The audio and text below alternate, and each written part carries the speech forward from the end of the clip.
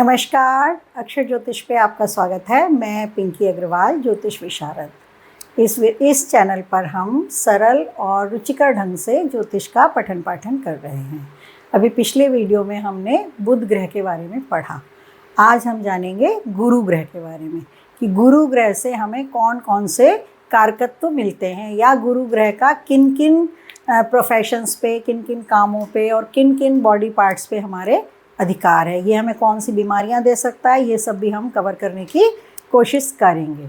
तो आज हम लेते हैं गुरु ग्रह को, शुरू करते हैं गुरु ग्रह के बारे में। तो गुरु का मतलब वैसे ना भारी भी होता है, एक मीनिंग होता है भारी। तो यहाँ हम ना फैट शब्द लिख देते हैं क्योंकि ये फैट को कंट्रोल कंट्रोल भी करता है और अनकंट्रोल भी करता है। यानी फैटी पीपल जो होते हैं ना, उन पे गुरु का बहुत प्रभाव होता है। अच्छा, गुरु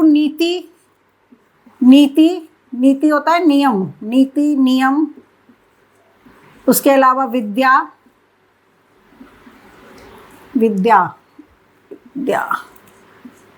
ज्ञान, विस्तार।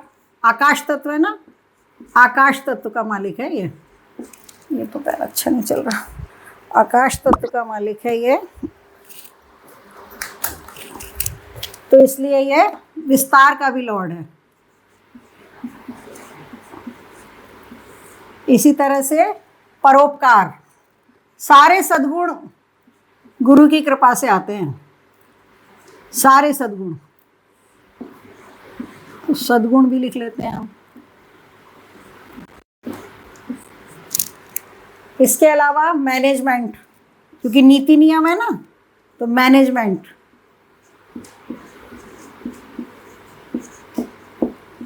इसी तरह से मंत्री, सलाहकार भी है ये।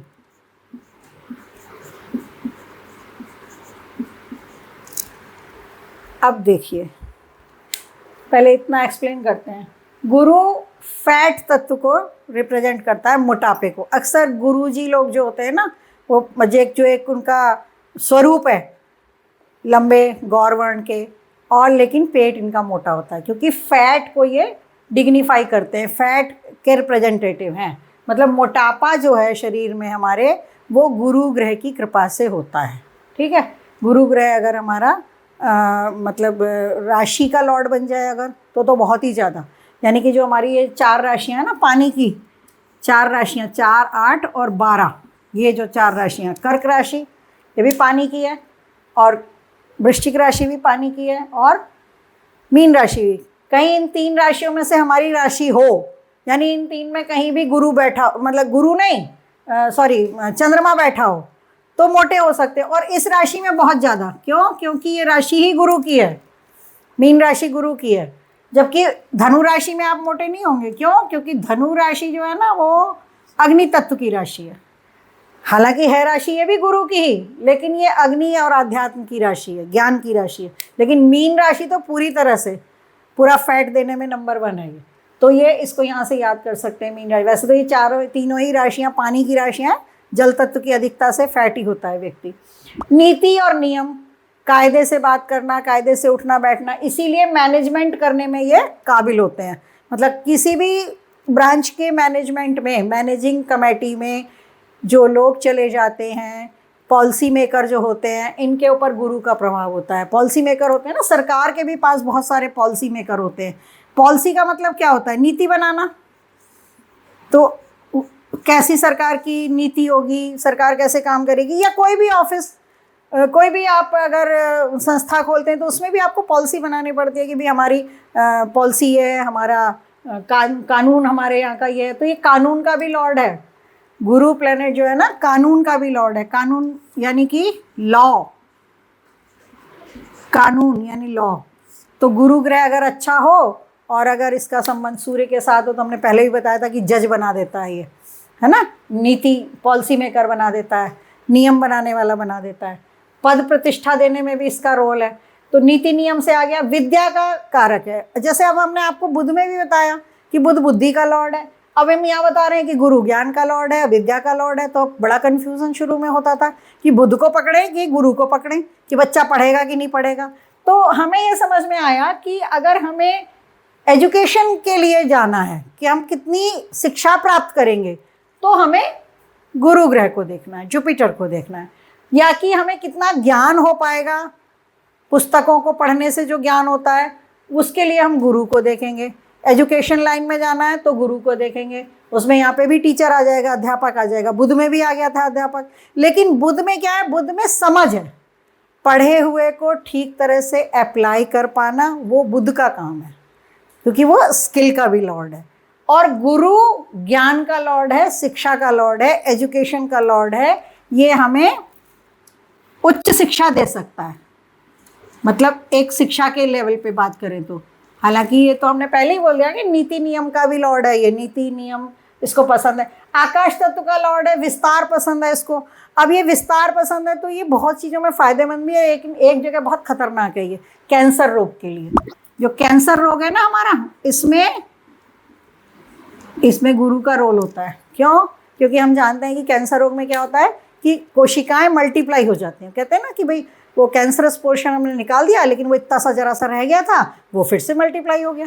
तो ये मल्टीप्लाई, विस्तार का मतलब है मल्टीप्लाई होना, चीज़ों को बढ़ाना, प्रसार देना, उसको फैलाना। आकाश तत्व है ना, आकाश क्या है, आकाश का तो विस्तार इधर से लेके उधर तक, हमें पता ही नहीं चलता कहाँ और छोर है आकाश का। तो ये कैंसर रोग में इसीलिए इसका रोल रहता है। ऐसे ही फैट की बात आई तो फैट के साथ में ना लीवर का भी इसका रोल है, पीला रंग भी है ये। तो ये लीवर की बीमारियों में, पीलिया बीमारी में, और लीवर के कमज़ोर होने में, पित्ताशय के कमज़ोर होने में ये इसका रोल है। साथ में ये डायबिटीज़ बीमारी भी देता है। डायबिटीज़ कहा गया है कि जब कुंडली में अगर गुरु किसी तरह से कमज़ोर हो रहा होता है या पीड़ित हो रहा होता है तो बल्कि उच्च का गुरु भी दे देता है, क्योंकि गुरु से जो प्रभावित लोग होते हैं ना, क्योंकि ये पेट का भी लॉर्ड है, तो गुरु से प्रभावित लोग खाने पीने के बड़े शौकीन होते हैं, फूडी होते हैं। देखो ये पुत्र का कारक है, एक और पति का कारक है, धन का कारक है। गुरु ग्रह बहुत इंपॉर्टेंट है। संतान का कारक हो गया, उसके बाद में ये धन का भी हो गया, पति का भी हो गया, और ये लाभ का भी कारक है। अब देखिए 1 2 3 4 तो ये हो गया, और एक चीज़ और क्या रह गई, विद्या का भी कारक है ना।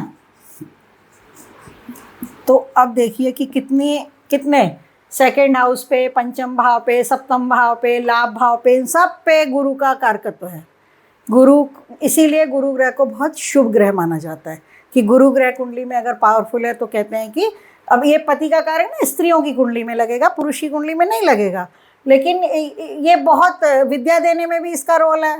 संतान में, पुत्र संतान देने में, कोई भी संतान देने में वैसे तो रोल है, पर पुत्र संतति में ज़्यादा माना जाता है इसका रोल।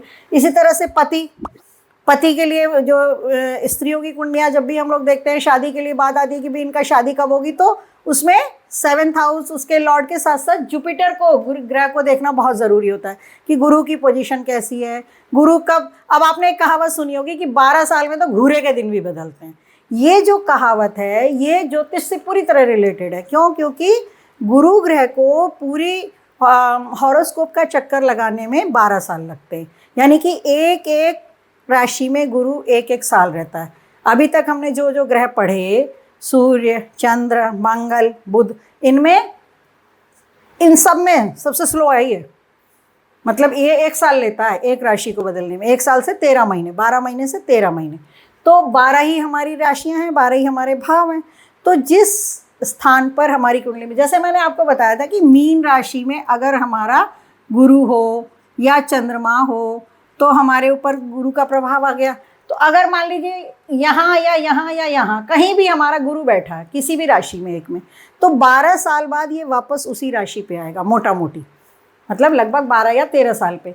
तो ऐसा कहते हैं कि जो हमारे नेटल चार्ट में, यानी कि हमारी जन्म कुंडली में जहाँ पर गुरु स्थित होता है, उसी स्थान से जब गुरु गुजरता है, यानी 12वें वर्ष में गुजरेगा, फिर 24वें वर्ष में गुजरेगा, फिर 36वें वर्ष में गुजरेगा, ठीक है ना। 12 1 24 12 36 12 चौक 48, 48th ईयर्स में भी गुरु पे से गुरु लगभग मोटा मोटी गुजरेगा। तो वो हमारे ना अचीवमेंट के साल होते हैं। जैसे कि अब मान लीजिए 12वें वर्ष में गुजर रहा है कोई बच्चा, 12 साल का है, तो एजुकेशन में वो अच्छा कर सकता है, उसको मनपसंद सब्जेक्ट की समझ आ सकती है, या उसका पढ़ाई में दिल ज़्यादा लगने लग जाता है, इस तरह की बात। 24वें वर्ष में अक्सर स्त्रियों की कुंडली में देखा जाता है, पहले तो ये बहुत होता था कि 23-24 साल में वर्ष में लड़कियों की शादी हो जाती थी, 23.5 में 24 में बड़े आराम से हो जाती थी, डिले में भी हो रही है तो भी हो जाती थी। क्यों? क्योंकि गुरु पे से गुरु का गोचर हो रहा है, तो वो अचीवमेंट का साल है। या मैरिज हो चुकी है तो 24th ईयर में संतान की प्राप्ति हो जाती थी, या इसी तरह से 36वें वर्ष में कैरियर में अच्छा हो सकता है, या संतति भी मिल सकती है। आज के युग में जो बच्चे डिले मैरिज कर रहे हैं तो उसमें 36 में जा कर के एक संभावना बनती है, मतलब कि संतान मिल जाए। तो ये जो कहावत है कि गुरु पे से मतलब गुरु जब गुजरता है तो अचीवमेंट होता है, तो वही ये जो कहावत के 12 साल बाद घूरे के दिन भी बदलते हैं, ये कहावत यहाँ से रिलेट करके याद करी जा सकती है। अब हमने दिग्बल के बारे में पढ़ा था, तो इसके बारे में भी पढ़ लेते हैं कि गुरु कहाँ दिग्बली होता है। देखिए, गुरु ज्ञान का प्लैनेट हमने बता दिया और बुद्धि का प्लैनेट हमने बुध आपको बता दिया, तो हम दोनों ही को एक साथ ही बता देते हैं कि ये जो बुध है और गुरु, ये दोनों ही प्लैनेट लग्न में दिग्बली होते हैं। यानी कि बुध किसी कुंडली में यहाँ पर हो या गुरु हो या दोनों हो, तो हॉरोस्कोप का ग्रेड बढ़ जाता है। क्यों? क्योंकि दोनों ही शुभ प्लैनेट हैं। ये सुंदरता देने वाला, सौम्य, सद्बुद्धि देने वाला प्लैनेट, इधर से गुरु ज्ञान देने वाला, विद्या देने वाला प्लैनेट है। तो और ये यहाँ पर ये पूर्व दिशा है हमारी, नॉर्थ ईस्ट डायरेक्शन, नॉर्थ है वैसे तो, डायरेक्शन नॉर्थ है और गुरु की दिशा नॉर्थ ईस्ट है। अब आप ये भी जानते हैं कि नॉर्थ ईस्ट में ही हम लोग अपनी पूजा भी रखते हैं, तो गुरु कृपा के बिना पूजा भी संभव नहीं है ना। तो ये जो दो प्लैनेट हैं लग्न के अंदर, ऐसा भी कहा जाता है, ज़्यादातर आपने एस्ट्रोलॉजी पढ़ने वालों के मुंह से सुना होगा कि भाई लग्न में अगर गुरु हो तो कुंडली के करोड़ों दोषों का शमन करता है। तो ये ऐसा क्यों कहते हैं? इसीलिए कहते हैं कि जुपिटर प्लैनेट यहाँ पर बैठकर एक तो बहुत ही सुंदर तीनों भावों को देख लेता है, 5th हाउस को देखेगा, 7th को देख लेगा, 9th को देख लेगा। अब ये देखिए, ये हमारी संतान का है, पेट का है, ये हमारे पार्टनरशिप का भी है, हमारे स्पाउस का भी है, और ये हमारे भाग्य का है। तो ये प्लैनेट जो है बहुत ही शुभ है, लेकिन इसकी अशुभता यही है कि लीवर की बीमारियां देता है, कैंसर की बीमारी दे सकता है, एक्सेसिव मोटापा दे सकता है।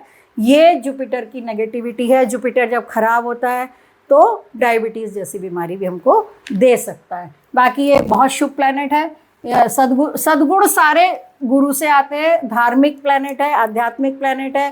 पौराणिक विषयों का पढ़ना, जैसे कि भारत में जैसे संस्कृत भाषा का पढ़ना, और अगर चीन में चले जाएं तो मैंडेरियन भाषा है, वहाँ का पढ़ना, मतलब जितनी भी पौराणिक भाषाएं हैं, पौराणिक ग्रंथ, धार्मिक ग्रंथ और आपके पौराणिक विषयों में रुचि लेना, ये गुरु की कृपा से संभव हो पाता है। और गुरु प्लैनेट जिनका द्वितीय भाव या भावेश से संबंध बनाता है, वो लोग बहुत अच्छे वक्ता होते हैं, प्रखर वक्ता हो सकते हैं, कवि हो सकते हैं, लेखक हो सकते हैं।